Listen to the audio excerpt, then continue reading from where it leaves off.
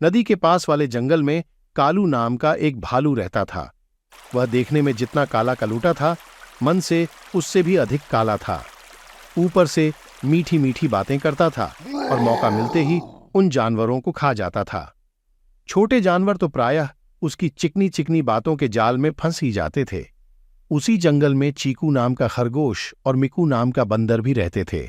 देखने में वे जितने छोटे थे, अक्ल में उतने ही अधिक बुद्धिमान। उन दोनों में दोस्ती भी खूब थी। दिन भर दोनों मिलकर उछल कूद मचाते और खेलते रहते।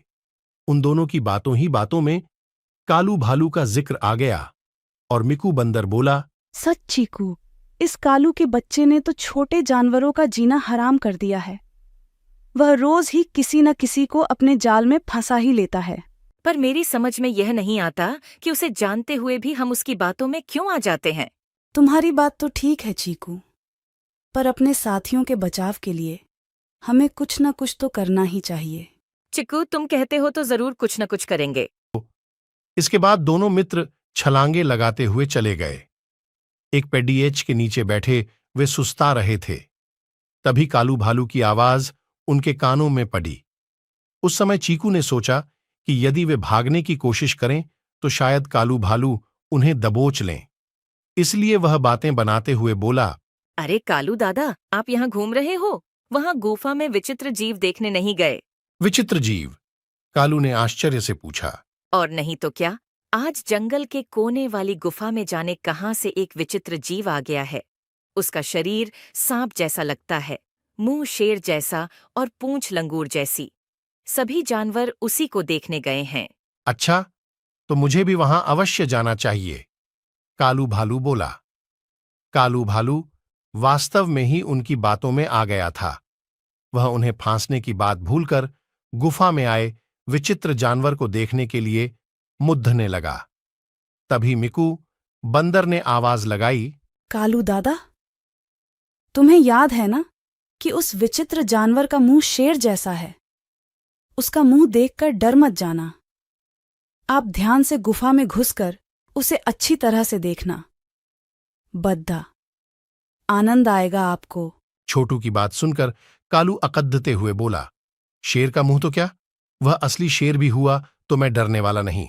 इतना कहकर कालू भालू विचित्र जानवर को देखने की उत्सुकता में गुफा की ओर चल पड़ा। उसी समय मिंकू बंदर और चीकू खरगोश भी दौड़ते हुए दूसरे रास्ते से गुफा के पास पहुंचकर छिप गए। थोड़ी देर बाद कालू भालू गुफा के पास आया और इधर उधर झांककर गुफा के अंदर जाने लगा। सामने ही शेर का मुंह देखकर वह मन ही मन सोचने लगा कि वास्तव में ही वह विचित्र जानवर होगा। बिना किसी झिझक के वह अंदर जाने लगा। कुछ ही क्षणों बाद कालू भालू गिरता पड्ढाता गुफा से बाहर की ओर दौड़ता आ रहा था। बेचारे के शरीर पर कई जगह गहरे घाव हो गए थे। कहो कालू दादा, देख लिया विचित्र जानवर। अब तक तो तुम बातों में फंसाकर छोटे जानवरों को मारते थे, आज तुम खुद भी बातों के जाल में फंस ही गए।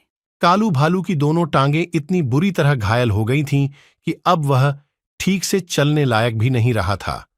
असल में जंगल के कोने वाली गुफा में कुछ समय पहले ही एक शेर रहने लगा था। कालू भालू को इसकी जानकारी नहीं थी। उसी का लाभ उठाकर मिकू बंदर और चीकू खरगोश ने उसे यह सबक सिखाने की सोची थी।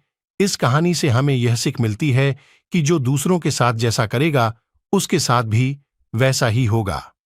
अब आप एक काम कर लीजिए, आप हमारे YouTube चैनल को सब्सक्राइब कर लिए और वीडियो को फटाफट लाइक कर दीजिए, जिससे आपको और जल्दी जल्दी ऐसे मस्त मजेदार कहानियां सुनने को मिलती रहें।